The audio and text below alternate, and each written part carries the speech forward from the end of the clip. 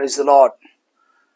ఈరోజు మన యొక్క ధ్యానార్థమై మరొక శ్రేష్టమైన వాక్య భాగాన్ని మీకు తెలియచేయాలని నేను ఇష్టపడతా ఉన్నాను. అదేంటంటే యెషయా గ్రంథం 57వ అధ్యాయంలో 18వ వాక్య భాగాన్ని కానీ మనం చూస్తే, ఇక్కడ నేను వారి ప్రవర్తన చూచితిని, వారిని స్వస్థపరచుదును, వారిని నడిపింతును, వారిలో దుఃఖించు వారిని ఓదార్చుదును అని దేవుడు చెప్తున్నాడు.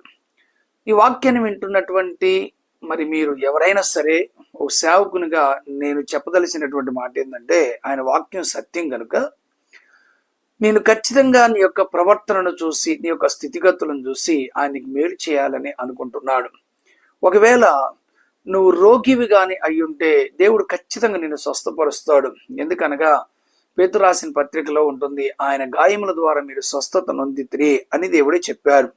కనుక వారిని స్వస్థపరుస్తాను, బాగు చేస్తాను అని దేవుడు చెప్తున్నాడు. నువ్వు ఏ రోగంతో ఉన్నా సరే, ప్రేమామయుడైనటువంటి దేవుడు నేను బాగు చేయాలని ఇష్టపడుతున్నాడు. నలిగిపోతున్నావా, కృంగిపోతున్నావా, కరిగిపోతున్నావా, విరిగిపోతున్నావా, నువ్వు ఆయన వైపు కానీ చూడగలిగితే, ఆయన్ని నువ్వు సేవించగలిగితే, ప్రభువా నువ్వు నాకు కావాలయ్యా అని ఒక్క మాటగా అనగలిగితే, నువ్వు ఆయన వైపు తిరగగలిగితే, నిశ్చయముగా నా దేవుడు నీ వైపు తిరిగి నీ స్థితిని మొత్తాన్ని మార్చగలిగినటువంటి దేవుడై ఉన్నాడు.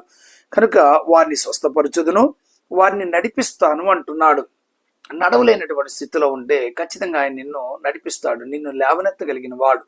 దేవాలయం దగ్గర పేతురు ఉన్నప్పుడు ఒక కుంటి వ్యక్తి అడుక్కోవటానికి అక్కడ ఉంటాడు. పేతురు వైపు చూస్తాడు. పేతురు అంటాడు, వెండి బంగారాలు నా యొద్ద లేవు, నాకు కలిగిన నామం యేసు నామం అంటాడు. కనుక ప్రియమైనటువంటి దేవుని బిడ్డలారా, సేవకుని దగ్గర వెండి బంగారాలు కాదు ఉండవలసింది, యేసు నామం. ఆ నామములోనే స్వస్థత కలుగుతుంది. ఒరే కుంటివాడా లేరా అంటే, వాడు దిక్కున లేచి నిలిచి నడిచి గంతులు వేయచ్చు దేవాలయంలోనికి వెళ్ళాడు అని ఇక్కడ వాక్యం చెప్తుంది. కనుక దేవుడు నిన్ను నడిపించగలిగిన వాడై ఉన్నాడు. ఆ తర్వాత వారిలో దుఃఖించు వారిని ఓదార్చుదును అని చెప్తున్నాడు.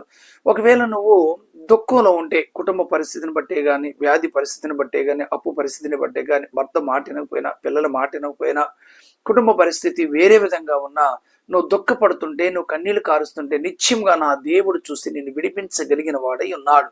కనుక నీ కన్నీళ్లు తుడిచే దేవుడు, నీ బాష్ప బిందువులను తుడిచే దేవుడు నీకు దూరంగా ఉండేవాడు కాదు. ఒక్కసారి రాత్రి వేళ ప్రభువు దగ్గరికి రాగలిగితే, ఈ వాక్యాన్ని విని విశ్వసించగలిగితే, నిశ్చయముగా ఆయన ఏం చేస్తానని చెప్తున్నాడు అంటే, దుఃఖించు వారిని ఓదారుస్తానంటున్నాడు.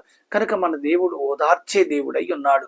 కనుక ఓదార్చే వారెవరు నీకు లేకపోయినా, నువ్వు ఆయన వైపు తిరిగి, ప్రభా నన్ను ఓదార్చయ్యా, వేదంతో నన్ను తట్టుకోలేకపోతున్నాను అని ఒక్క మాటగా చెప్పగలిగితే, నిశ్చయముగా దేవుని బిడ్డ నేను ఓదారుస్తాడు, నేను బాగు చేస్తాడు, నేను నడిపిస్తాడు, నీ దుఃఖాన్ని కొట్టివేసి నీకు మేలు చేయ దేవుడై ఉన్నాడు. ఆ విధంగా నిన్ను నన్ను